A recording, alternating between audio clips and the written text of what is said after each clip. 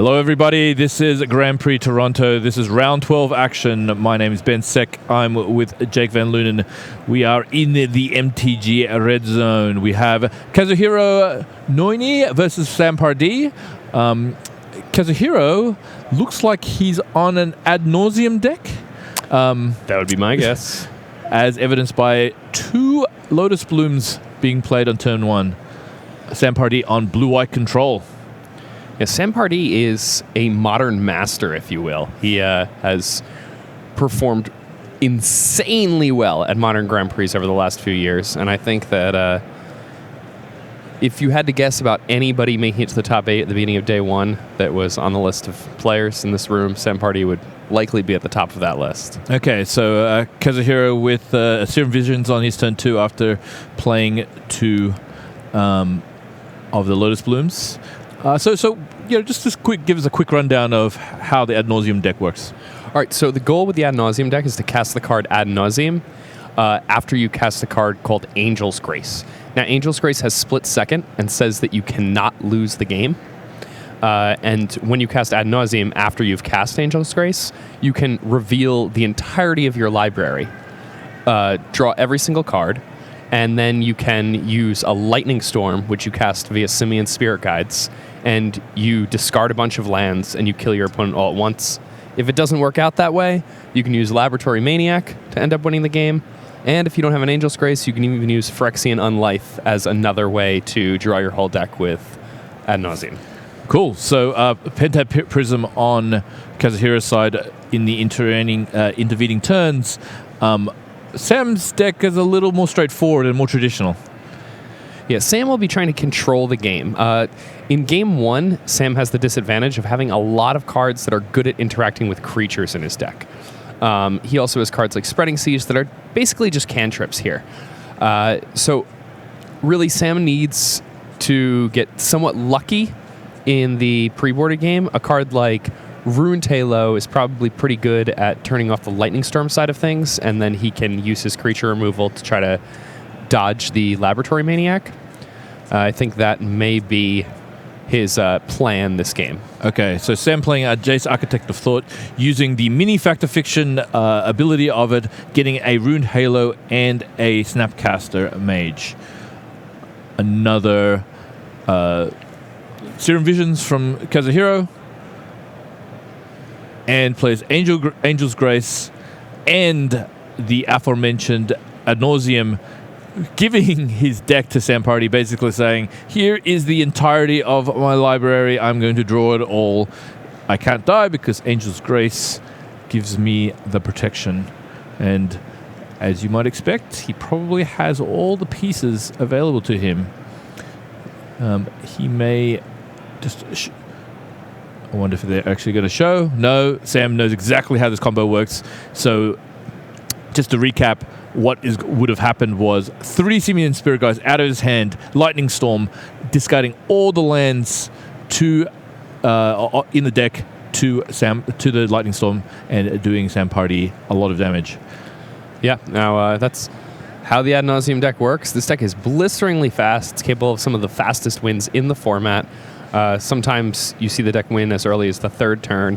The deck is more aiming for a 4th turn win, as we saw it's playing Lotus Bloom. And if you have a Lotus Bloom in your opening hand, that is going to mean that you have a Black Lotus coming to play on your 4th turn. Not a bad card, I hear. Yeah, it's a pretty good one. Okay, so, I mean, how does this matchup kind of go after sideboarding? I mean, obviously, most of these combo decks very, very strong in game 1 because, they don't really interact, so a lot of more of the generic interaction that goes into decks. Not so good against the combo decks.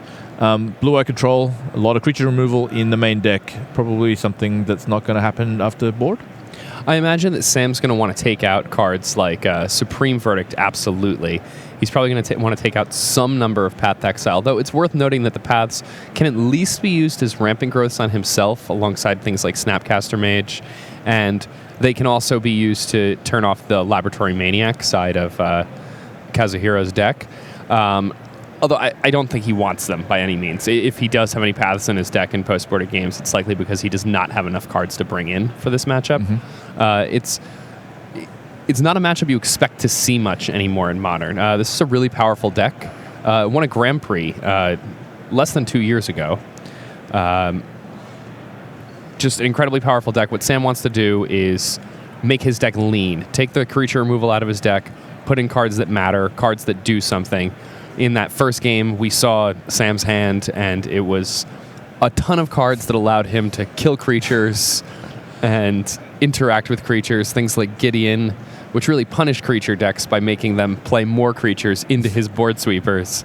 And he's playing against a deck that doesn't even have any creatures, so a massive disadvantage for him in the first game, and Kazuhiro is able to take full advantage of that and easily win. So, I mean, if this deck is, was good enough to win a Grand Prix and was just powerful enough, what happened to it? Like, why isn't it played more often?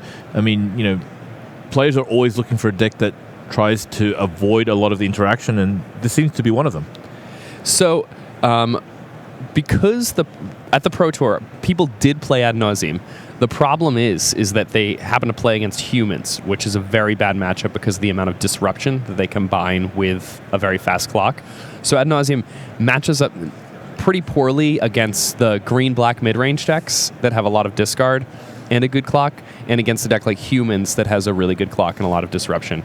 And that's the recipe you want to beat a deck like ad nauseum. The deck is, as far as pure power level goes, one of the best decks in Modern.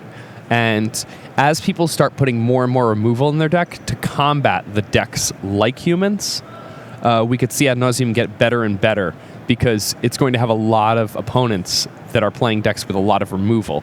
And if it plays against something like a blue-white control or a Jeskai tempo, the opponent's going to have anywhere from 12 to 16 almost useless cards in the first game. And that's tremendous. Traditionally, control kind of beats combo after a certain point, right? Like they can load up on a lot of the interactions, such as dispels and negates, and just ways of actually countering a lot of the important spells. That's absolutely true. I think the main route to victory for these control decks is to counter the important combo cards from the combo opponent. One of the major problems with that for current control decks is that they're tapping out pretty often.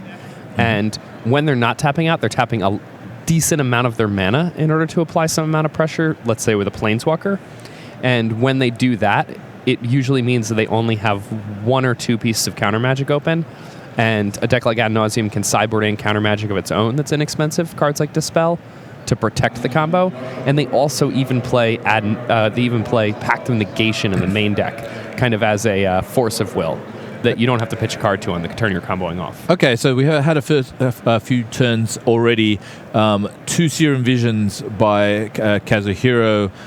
Sam also has Serum Visions of his own. Also with Minamo School at Water's Edge. So this card untaps legendary permanents. Is there actually something in Sam's deck that actually wants to be untapped? Like, what's the reason for it? So the best interaction with Minamo School at Water's Edge in Sam's deck, I believe, is a copy of Dragon Lord Ojutai. Whoa. Now, Dragon Lord Ojutai is a 5/4 flying legendary dragon, and whenever it deals combat damage to the opponent, you get to look at the top 4 cards of your library and put one of them into your hand. Now, the really cool thing about Dragon Lord Ojutai is that it has hexproof as long as it's untapped.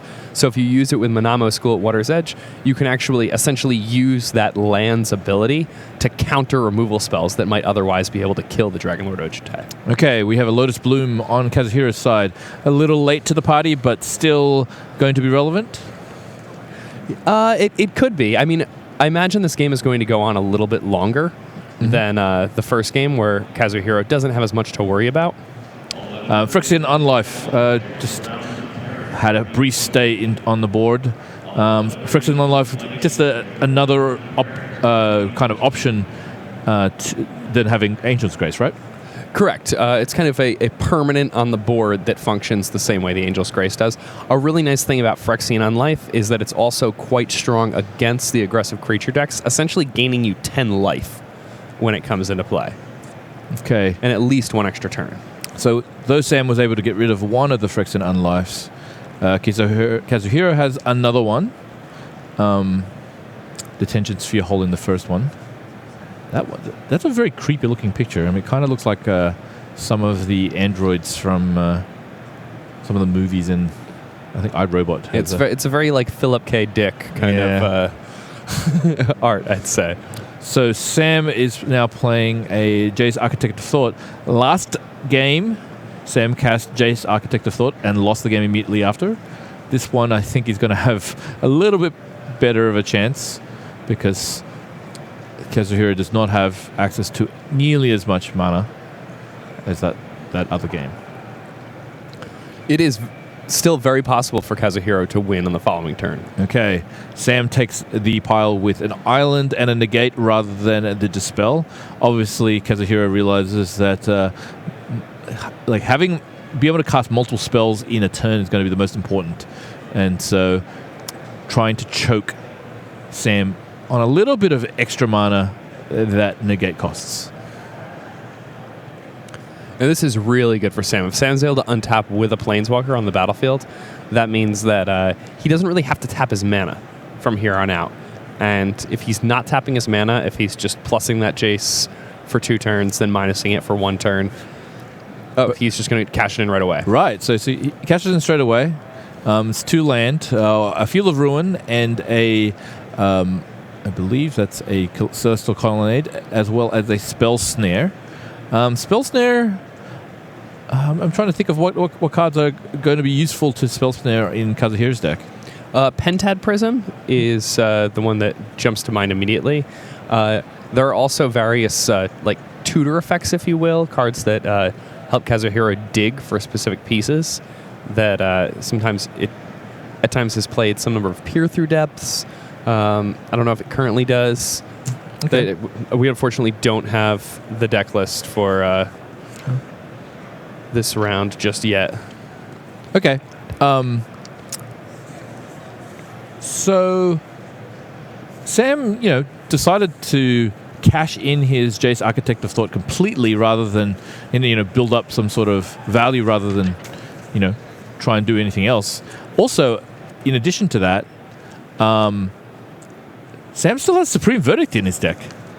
Oh, wow. So either Sam is having thinks that Kazuhiro might still retain some creatures or board into some creatures, or he just doesn't have enough stuff to take out. Well, it looks like Kazuhiro has access to a pair of Grave Titan and a Dragonlord Dramoka post-board. Oh. It's very possible that Sam had been watching Kazuhiro in a previous round, knew that Kazuhiro had a slightly transformational sideboard, and maybe was pre-preparing for that. Or maybe he just kind of, realized that this is a traditional thing that the Ad Nauseam deck does. It switcheroos into something that has a few threats that are not the combo. So also looking through Kazuhiro's list, the only cards that are Spell Snare targets are Pentad Prisms and a single copy of Echoing Truth that may or may not still be in Kazuhiro's deck.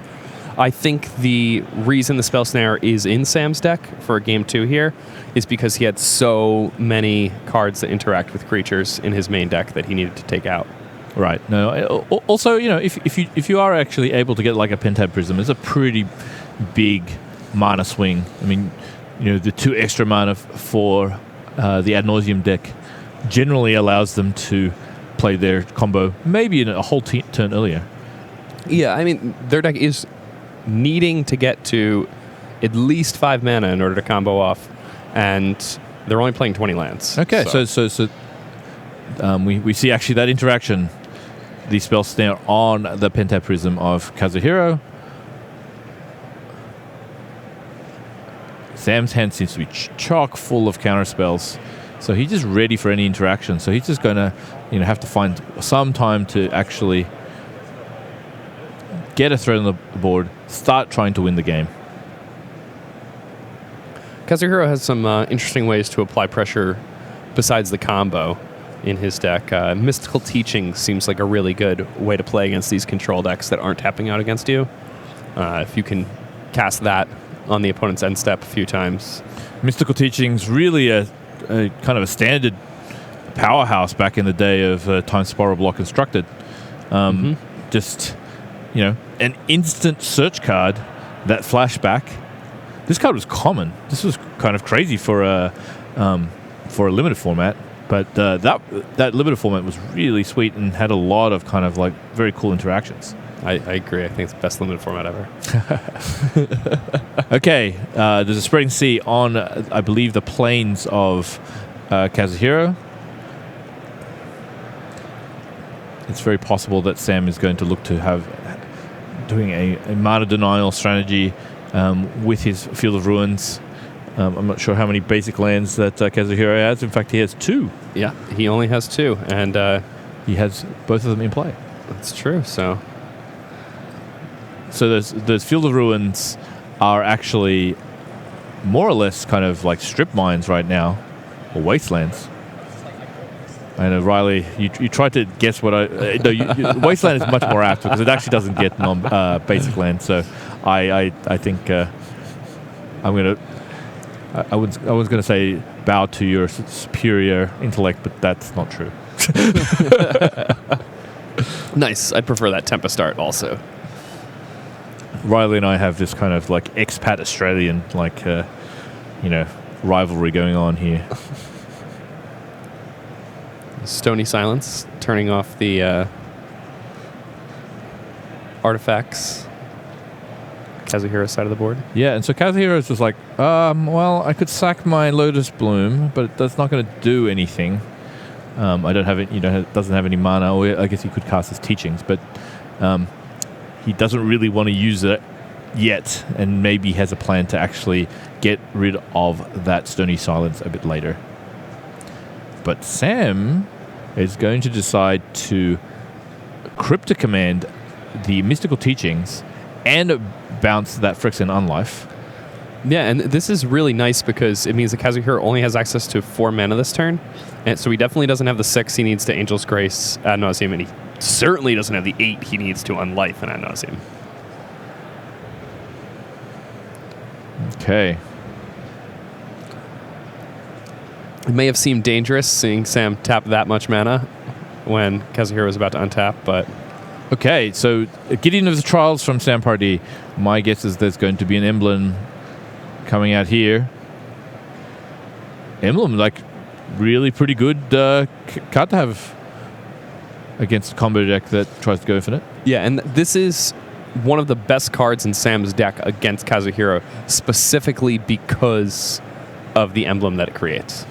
Kazuhiro going for Thoughtseize. Negated. Also, now a threat. Sam can start applying pressure with his soon-to-be a 4/4 Gideon. Yeah, and it's a fast clock. Kazuhiro's at 16. 4 turns of attacking with that Gideon, and Sam Pardee is going to force a 3rd game here. Okay. So he animates Gideon and animates a Cecil Colonnade, attacking for 8. Okay, putting Kazuhiro on a 1-turn clock. You have 1 more turn, Kazuhiro. Can you win on this turn? Are you capable? Do you have what it takes? Look at Gideon there. He's like, you can't win the game because I have this great breastplate and I don't even know what you call it, like his greaves, his claw greaves. They're kind of like Wolverine. Yeah, he does kind of have the claw there. The claw. It's going to be really scary if he tries to shake your hand. Oh, hold on. In response to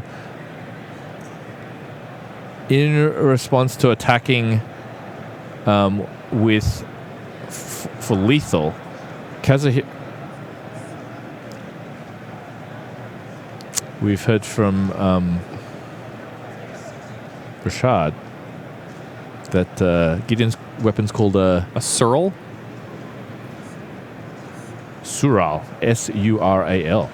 So Kazuhiro, while being attacked for lethal, but not really lethal because of Phyrexian on life damage, exiles his Simian Spirit Guide. And he's playing something. What's that black card in the graveyard? Looks like a Grave Titan in his graveyard. But okay, I think that was just his discard step because he had 8 cards in hand. Right. So actually he tries to cast a ad nauseam in response. Yeah, and now... Oh. Goes to one poison. Casts another one. Dispel. Pact of Negation in response. Oh, wow. And then he casts like a Snapcaster Mage, like targeting the Dispel and then countering the Pact of Negation. There was this like flurry of... I think he actually had to let the Pact of Negation on the Dispel resolve and then counter that. Not that it matters. Yeah. So Sam Pardee just like actually needed all the counter spells. Like I think he used almost his last card in hand to actually get to the point to make sure that Kazuhiro died. That was kind of a crazy like stack right there. That was a crazy stack. That was one of the best counter wars we've had all weekend. I think it was the best counter war we've had all weekend. That's true. So Kazuhiro, like, you know, even though that he looked like he was, you know, pretty close to losing the entire game, like, you know, Sam having a lot of control of the game, he put up a last-ditch effort that almost got him there. Okay. Yeah, Sam on the turn prior was actually a mana shy of winning the game on the spot. He could have used the Snapcaster Mage with the Cryptic Command in his graveyard to bounce the Phyrexian Unlife when Kazuhiro was at 0 life.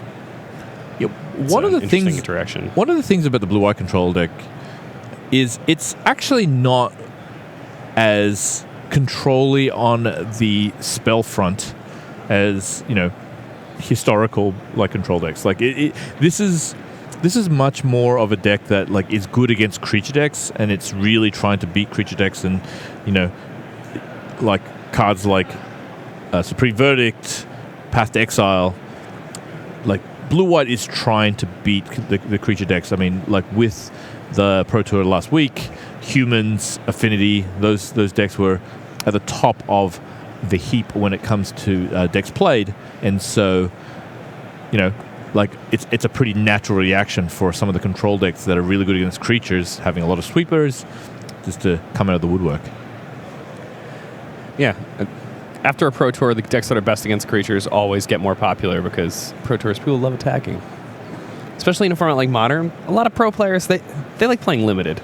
You know, when they're showing up to a format like Modern, they're like, there are a lot of decks. I'm going to play Aether Vial. Okay. Kazuhiro Noine trying to go and stay in the tournament at 9-2. Sam Pardee also. Yeah, this would be the 15,000th Modern Grand Prix top 8 for Sam Pardee. Sam Pardee just having a really an excellent season. He made excellent like couple seasons, I guess, because he came second at the Pro Tour, losing to Paolo Vitor Damaderosa in Pro Tour Hour of Devastation in Kyoto, Japan. Just doing really well. I believe he also won a Grand Prix, or maybe top 8 at some other Grand Prix as well in this last season. Just a really, really successful like set of months for him. It's also quite interesting that Sam Pardee is playing blue-white control. A lot of you at home may be familiar with the fact that he's been playing Eldrazi-tron somewhat religiously for the last, I want to say like 6 or 7 months, and has done quite well in a number of Grand Prix with the deck. I'm not sure what he chose to play at the Pro Tour. I believe he played blue-white control actually at the PT. Mm-hmm. I might be wrong. He might have still been on Eldrazi-tron, but here, Sam Pardee, rising like a phoenix after not doing well at maybe one tournament with Eldrazi-tron, playing blue-white control, a deck that did pretty well in the hands of a few people at the PT. Alex Megalton went 9-1 with this thing. Yeah, a lot of the blue-white control decks had some pretty good records. Some of them were let down by their draft records. A lot of times the Pro Tour it's hard to tell which is the best modern deck in the field. Like you can tell which is the best player because they obviously made top 8 or something else like that. But because it's a mixed format at the Pro Tour, often the best deck is a little bit more hidden at a Pro Tour and maybe even more visible at a Grand Prix.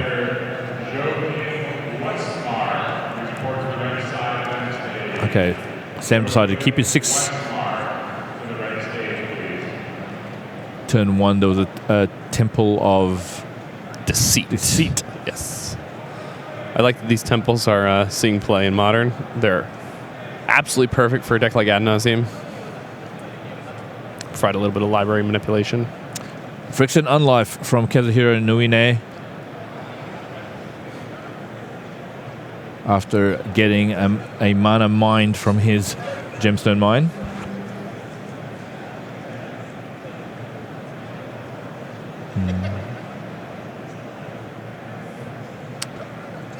Sam pausing for his 3rd turn. Gotta think about his options. Yeah, I think he's got a land here. I think. Okay, now he's decided to undo the turn of Kazuhiro by casting Detention Sphere on his Phyrexian Unlife. And a Temple of Enlightenment by Kazuhiro Noine, putting a card to the bottom of his deck. Gideon of the Trials. And we spoke earlier about how powerful this card is in the matchup. Having that emblem on the battlefield significantly reduces the danger that Sam is in, basically at all times. Because suddenly Kazuhiro has an entire another permanent that he needs to get off the battlefield before he can somehow win the game.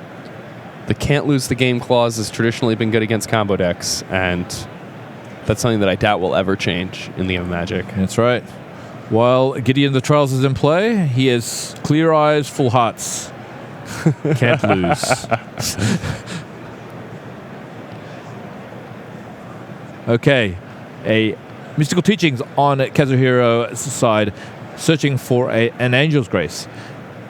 Angel's Grace having the keyword is split second. Now, split second is pretty important in this particular matchup. So split second says that as long as the spell is on the stack, nobody can cast spells or activate abilities besides tapping mana abilities. Like you can sacrifice a Chromatic Sphere, you can tap your lands for mana, but that's all you can do is split second on the stack. I think you might be able to morph things. I think you can. You can morph things. Yeah. So, but you can't do much. There aren't many morphs being played these days in Modern. So obviously, yes. So it's uncounterable is the big takeaway for a matchup like this. Right. So if he's going to lose, he can always essentially make sure that he does not lose that turn with his Angel's Grace. Very, very interesting mechanic. We haven't seen too much of it, but it's actually always very cool to see.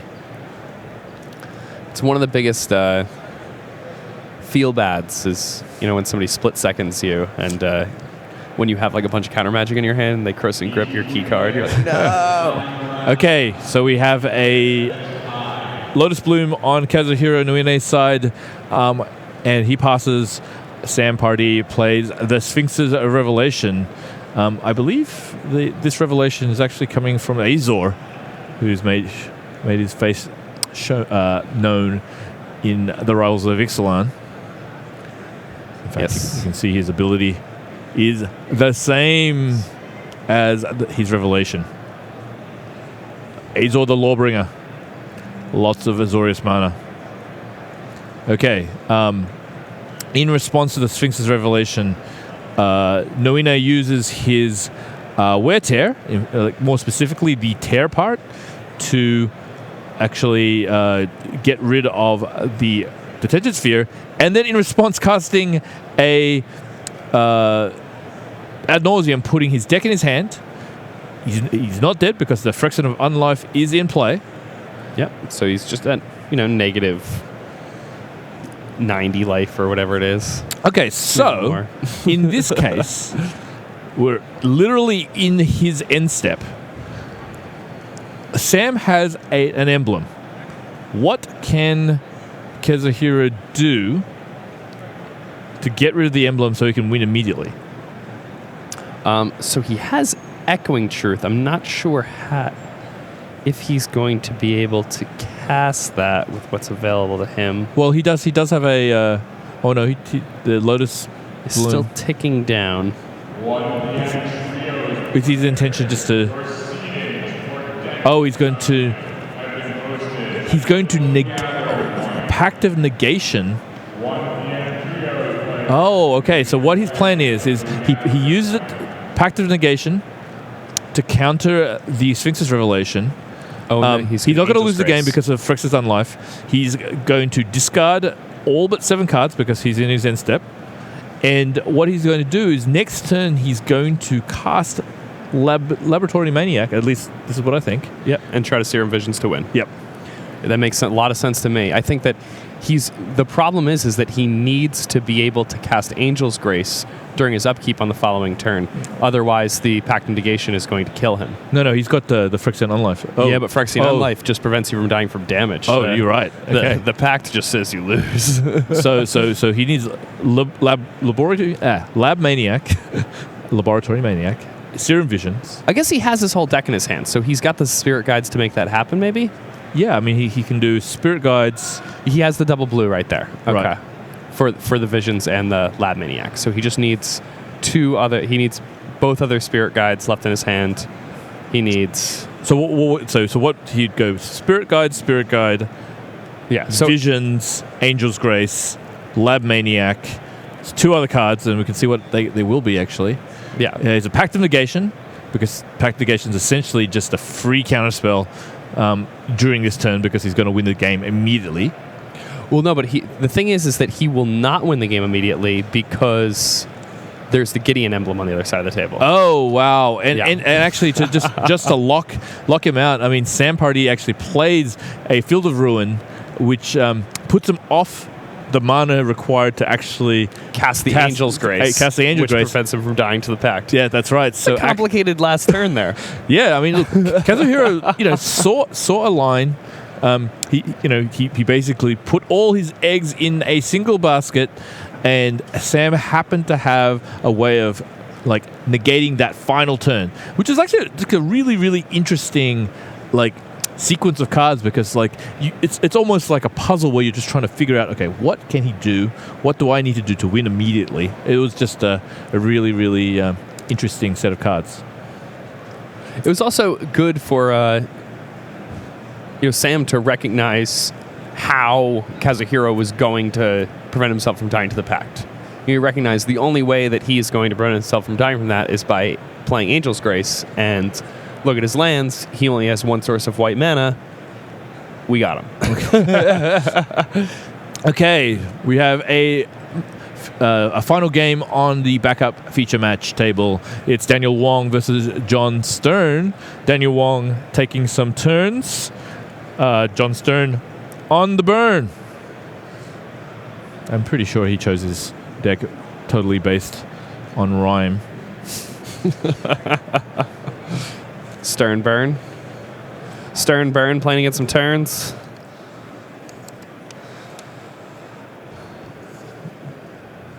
Daniel Wong is playing a Dimir version of the turns deck.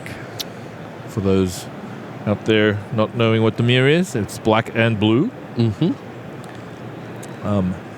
So what he has here is kind of combination of blue-black control and turns. So he actually has a Gemstone Caverns in his hand. He, I believe, might be going second. I'm not sure if he's... Yeah, I think he's figuring out whether or not he does the scry for mulliganing or the Gemstone Caverns first. I believe you scry first. Right, so he plays his Gemstone Caverns. So stealing the play, essentially, from John Stern. What Gemstone Caverns says is it's a land, and if it's in your opening hand and you're on the draw, you can start with it on the battlefield and discard a card, and then it taps for any color of mana. Otherwise, it's just a colorless land. And, it essentially steals the die roll from your opponent when you're on the draw. Pretty powerful card. This is a card actually based on one of the invitational cards from one of the Japanese pros at the time. He suggested, I think it was called Lucky Man's Cavern or something like that, or Lucky Man's. And I believe, I can't remember which player it was, but this was a way to kind of negate a little bit of the going second problem that some people face. Looks pretty good here. Yeah, stole the initiative from John Stern. I mean, he did mulligan, so Daniel Wong is already down a card, and then he down another card with the Gemstone Cavern, so he's going to have to recoup those manas some other way, or those cards. Yeah, and I think a deck like Taking Turns, where being on the play is so important, can really take a great deal of advantage from a card like Gemstone Caverns. It's a card that we have traditionally usually seen out of Ad Nauseam, the deck we just watched play. Okay. John Stern following that set of turns by Daniel Wong with a Eidolon of the Great Revel, which is a great card for this matchup. Daniel Wong really going to need some type of removal spell to get off the board if he really wants to get things going with all of his cantrips, and otherwise he's just going to be taking a ton of damage for his spell. And he does have a Fatal Push, so perfect answer for the Eidolon. Is going to take a little bit of damage there. John probably expected something like that might have happened. Okay. A Stomping Ground from John Stern. Taking 2, playing a Replacement Revel. And then suspending a Rift's Bolt. Daniel Wong on 15, so relatively high life right now. He hasn't had a chance to actually start setting up his extra turns yet. But it looks like he might be a little bit short on mana now. The mulligan and the discard from the Gemstone Caverns hurting a little bit now. Yeah, catching up a little bit. So he's now trying to figure out, okay, on the next turn, I will be on 12 after Rift Bolt hits me in the dome. And then how many pieces of damage am I going to take from this Eidolon?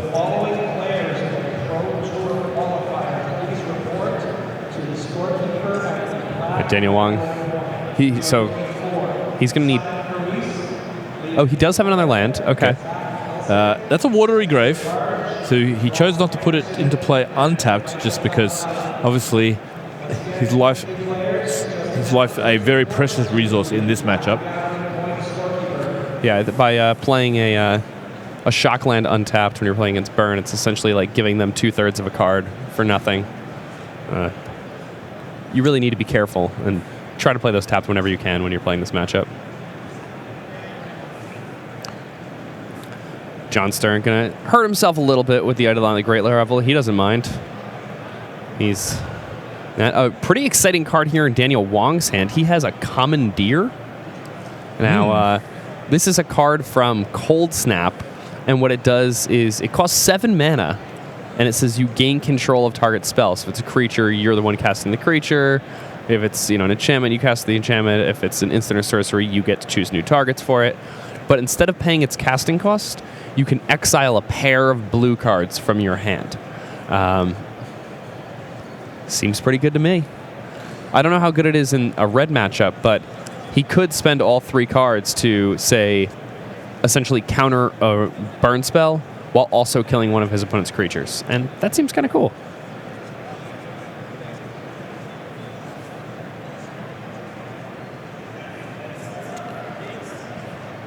Okay.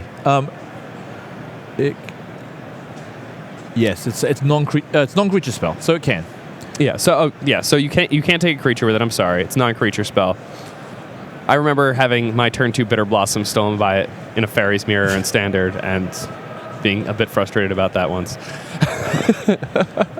So Daniel Wong actually, he's no novice to the Taking Turns deck. In fact, he actually played this deck to a top 8 finish at the last Grand Prix Vegas. He actually top 8'd with this deck. Oh, wow. He was actually, if I remember, he was undefeated for many, many rounds, maybe like 10 or 11 rounds and I believe he actually made the top 8. I know that Blue-Black Taking Turns deck did well. I actually forgot who had done it, but I believe that Daniel was that player. One thing that actually clued me into thinking it was him is I remember that player playing every foil card and him playing in the big sleeves. Like, he obviously has a deck that's pretty blinged out, has a lot of like cool like arts. I mean, he has like that Snapcaster Mage, which is The Judge promo version, right? no, it was actually an RPG World Magic Cup one, or maybe Oh, RPG. you're right. One of those two. Okay, something like that. Yeah, but in any case, I mean, he really, really likes this deck and has made sure that like it looks its best. His favorite version of every card. Okay, Daniel is getting Lava Spiked by John Stern, but he casts Crypto Command, a very shiny Crypto Command. Okay. And it looks like he has a Time Warp. Yep, so he's going to be able to, but he chooses not to play it because he doesn't have any good reason, no advantage to be gained. Also, maybe he has some counter magic in his hand. Yeah, he does have the Commandeer in his hand also. Maybe it's the second blue card. Skullcrack from John Stern resolves. Daniel Wong at a precarious 2 life. Pretty much any spell that comes from John's deck is going to be problematic. Daniel realizes that he can't really afford to wait too long. I think he actually has a Chalice of the Void, which he's going to choose to put on 1, which obviously gets rid of some of the spells that he's worried about. So he's probably going to be worried about something like Lava Spike or Lightning Bolt. So it gets rid of those ones, follows that up with a Thing in the Ice. Still very dangerous. Daniel Wong needing to dodge basically any 2-mana spell. Oh, wow. He's provided the target for John Stern with that Chalice. The Chalice kind of allowed him to be hoisted by his own petard. It's funny. We've seen John Stern on more than one occasion have his opponent give him the route to victory. Daniel Wong there has no way of knowing that there's a Destructive Revelry. It's a thing. It's a difficult thing still. Okay, that's all we have from the feature match area this round. We'll be back after these messages.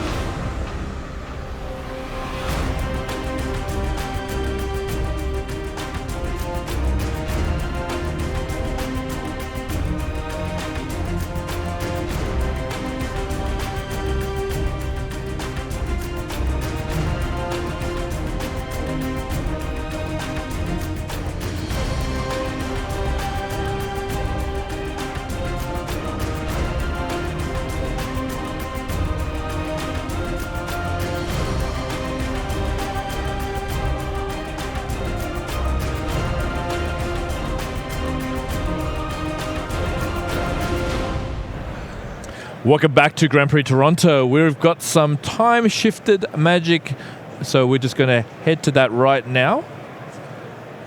Okay, we have David Goldfarb versus Yoshihiko Ikawa. We have blue-white control, Tron, really pillars of the format. You know, what's to say about this matchup now? So the blue-white control deck is quite good at disrupting the mana of its opponent. The deck plays 4 copies of Spreading Seas. It plays a bunch of Field of Ruins. These are all cards that are very good at preventing the opponent from getting Tron. The problem is that eventually the Tron deck will overwhelm those cards and will get the combination of Tron, at which point the blue-white control deck can have some serious problems. So the blue-white control deck, what it needs to do is it needs to disrupt Tron, stick a Planeswalker, and kill the Tron deck while it's floundering about via Snapcaster Mage or getting the Trials. Okay. So we had 2 sets of Ancient Stirrings from Yoshihiko, as well as a map, Expedition map. And he has 2 parts of the Tron. I have to say that I am not a fan of the Tron versions that Yoshihiko has chosen. White border, just not on. Maybe that makes them better against people. That makes people play worse because they're frustrated about the art not being proper. That's fair. I'm frustrated commentating. No, it's fine. I'm just joking, though. I do always prefer the OG versions of the deck. So something that I really like here from David is because Yoshihiko led with a forest, David knows that Yoshihiko is not going to have access to Tron on turn 3, and he, instead of playing the Spreading Seas that was in his hand on the second turn of the game, chose to leave mana open so that he could play an aggressive Snapcaster Mage and put that clock on the table and start dealing damage to Yoshihiko as fast as possible while he's trying to pick Tron apart. Yep. Okay. So what he's done is actually play another Ancient Stirrings, finding the third part of Tron. But David Goldfarb in the previous turn has cast a Spreading Seas on his Urza's Mine, so it is currently an island. So he has Tron, but it does not count as Tron right this second. Yeah, now David Goldfarb, looks like he drew a Cryptic Command, which is quite good even once Yoshihiko is able to put Tron together. He has 3 land out. He needs another island or blue-producing land to make sure that he's able to Cryptic. I can see a Plains. Oh, no, he's got a Field of Ruin, which is not quite what he needs to be able to cast that Cryptic Command, but it is pretty effective against Yoshihiko's deck in general. So what I believe he's going to do is wait until Yoshihiko decides to search with his Expedition map, find out which land that he's going to be getting, and I wouldn't be surprised to see David Goldfarb to actually, take this opportunity to maybe kill a land before he gets to play that land in his first domain phase. And in fact, he waits the draw step and does so. And they both search for land. Yoshihiko a forest and David Goldfarb the island, so he turns on his Cryptic Command that's in his hand.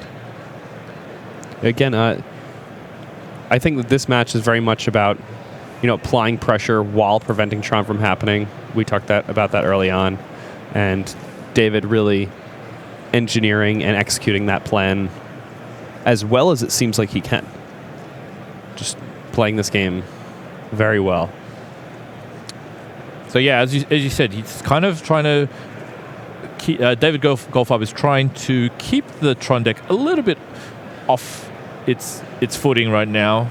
A little bit of mana denial in the form of Spreading Seas and Field of Ruin, and then putting just some kind of good old-fashioned 2-1 for 2 pressure with the Snapcaster Mage.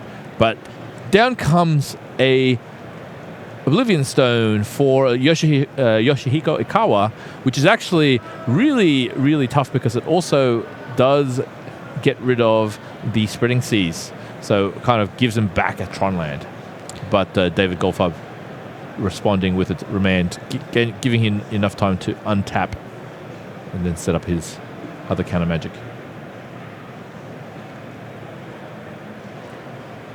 Yeah, David Goldfarb now with multiple copies of Cryptic Command in hand. Okay, he's going to probably hope to do some chaining of that together. He does, draws another expedition map. So he does have access to Tron should he choose to go for it, and David Goldfarb be okay with that happening. Okay, tapping 3 land. I think he's almost baiting with the Oblivion Stone, because I think that the thing that Yoshihiko wants to actually resolve is the map. The map. I think you're right.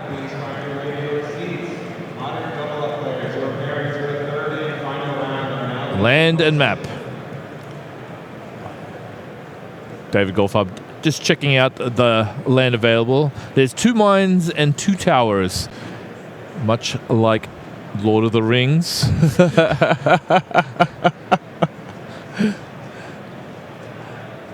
That's true. That's true. Let's see who's going to be the king. Okay, so another Spreading Seas. A little bit of global warming affecting Urza's lands. It's been a little while. It's been warm there. We're going back there. I imagine we may see more water. It's true. They had an ice age, and now now it's going to be the post global warming. Ulgrotho or wherever, Dominaria, wherever the Urza's have been hanging out, or his head. Okay. All right, so we have Cryptic Command mana open for David. He's done a very good job of keeping Yoshihiko off of Tron here. Yoshihiko now has enough mana that he can start casting some big spells, just the good old-fashioned way. Yeah, no, he plays his plant. Does not have Tron, but does have 7 lands, 6 of which he uses to go for a Wormcoil engine. David does have a Cryptic Command, so it's going to be interesting to see if he decides to actually do something. Actually, he decides to go for a Vendilion Click. Legendary creature from Lorwyn. Targeting Yoshihiko. What did he see? Sees an Ulamog. And you can't exactly see what the other 2 Yeah, cards. I can't see what the other things are either. I think, no. We'll have to see if we can... He'll take the Ulamog. The other 2 cards look like a Ghost Quarter and something else. But he does not do anything for the Wormcoil. Because... No. A Gideon of the Trials. He's going to prevent damage from the Gideon attack with the Vendilion Click in the air. And this is really nice too, because this attack puts Yoshihiko down to 9, and David has a Cryptic Command in hand. So now when Yoshihiko plays another creature, let's say he plays something like a Wormcoil engine on his turn, then David Goldfarb can use Cryptic Command, tap down Yoshihiko's team, activate that Gideon, and have exactly 9 points of attacking power. Okay, so he had set up using the Field of Ruin. He's going to be targeting the power plant of Yoshihiko. I think David Goldfarb decided he didn't need to actually have his Cryptic Command up. He'd rather just go for the land. And I think that's very reasonable. He wants to be using this Cryptic Command offensively. I mean, Yoshihiko's down to 9. There's like three hits of that 3/1 flyer is going to be all that's required. Yeah, and I mean, it looks like David's going to go for it next turn. He has 9 points of power on the table. Yoshihiko. Screws being turned. By go for it, you think it's going to be tapping. Oh, okay. So he actually decides to pay for 4 life, using the Phyrexian mana and Dismember to actually get rid of that. Okay. All right, so this changes it. Karn, liberated, returns to the field.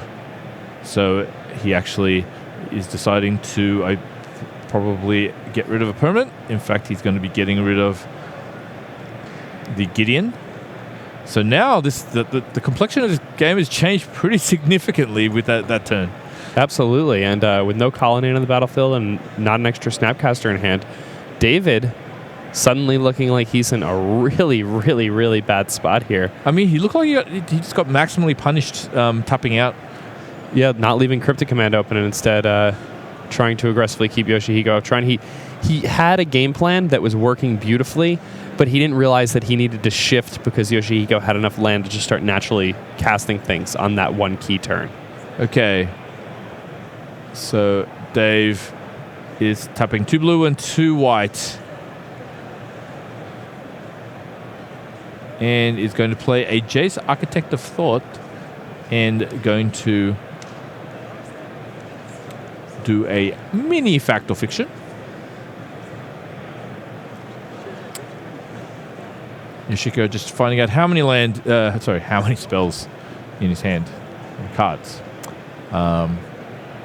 Cryptic Command, Settle the Wreckage, Path to Exile, all excellent actually, especially because I believe David has not played a land this turn, so he's going to be able to play a planes that I can spy in his hand. You know, retain his ability to cast Cryptic Command, and maybe even have a card like Settle the Wreckage like open, so we can't get attacked. It's a hard spot though. What's the line you think you see here? So I think you kind of have to path the Worm Coil in many ways. In fact, that's what he does. So the path. And then I think it's possible that there's no more basic land. In fact, yes, there is no more basic land in Yoshihiko's deck. So yeah, normally Greentron just plays too far. So I was actually surprised to see the third one. I was like, oh man, what a beating for the blue-white deck. Snapcaster Mage going into the offensive mode. Now, like, really importantly, actually, taking 2 loyalty off Karn Liberated, which means that Karn cannot be used to get rid of another permanent. But Karn still has his plus ability, so can take exile a card from David's hand. And he does, and we cannot see it because his exile pile is off screen. World Breaker from Yoshihiko. Just like he doesn't need Tron. Yeah, he's just got casting his spells. Yeah, you know. That's how we do it. Eldrazi's walk the earth when there's a lot of land. This is how you were supposed to cast cards like Karn and World Breaker. They're still pretty good. Just let you know, Jake, he also has the City's Blessing right now, too. Oh, that's very nice. Good. Arc of Araska coming down. Well, he doesn't have the City's Blessing this second, but if he cast an Ascend card, it does. Okay. Decides to cash in the remaining loyalty on the Jace Architect of Thought, revealing a Serum Visions on one side, a Spreading Seas and an Island on the other. David decided to go for the cantrip filtering of the Serum Visions. Uses it right away.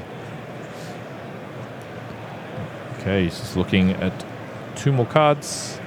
Yeah, digging deeper and deeper. At this point, I don't really know what he's going for. I feel like he's just kind of spinning his wheels. Came so close to winning this game. Yeah, I mean, it really came down to that key turn where he decided to go for the Field of Ruin. He just stuck with the plan. He stuck with the keep my opponent off Tron plan just for 1 turn too long, and Yoshihiko was able to just naturally cast a Karn for 7 mana, and from there the game swung like a pendulum into Yoshihiko's favor, and This is what happens in the late game with Tron. I think that a lot of you who have played a lot of Modern at home know that Tron, it's something that's really dangerous because it casts things like Karn on turn 3, but the longer the game goes on, cards like Sanctum of Ugin, really, really powerful plays, getting to cast them turn after turn, it just gets super unfair. 4 more loyalty to Karn Liberated, going up to 9. Forcing David Goldfarb to exile one of the cards in his hand.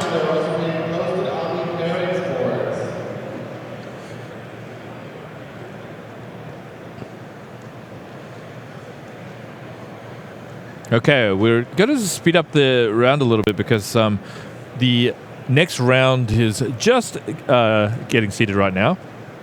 And you want to make sure you see at least the whole of this game. So what's Scrying going to get? Gets a power plant, which still does not get him Tron. Yeah, David has been really aggressive about the not letting him have Tron prevention. Okay, so it's funny. Yoshihiko's going to cast another Karn on top of his current Karn. So this is interesting because if David Goldfarb decides he wants to go for some type of cryptic command play, oh wow, what I was thinking was that he could try to cryptic command simply just bouncing the World Breaker and drawing a card, and then if he's able to hit a Vendilion Click, he'd win the game on that turn. It provided him an out to win. But he decided to use the Cryptic to counter the one Karn coming down and bounce the other existing one. And so I believe he cast Cryptic before. We're going to quickly go through this.